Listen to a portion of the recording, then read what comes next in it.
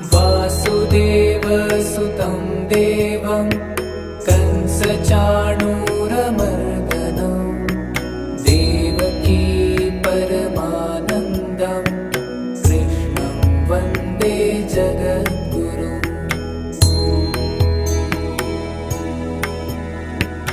आतसी पुष्पसङ्काशं हारनूपुरशोभितं रत्नकङ्कणकेयूरं कृष्णं वन्दे जगद्गुरुम्। कुटिलालकसंयुक्तं पूर्णचन्द्रनिभाननं विलसत्कुण्डलधरं कृष्णं वन्दे जगद्गुरुम्।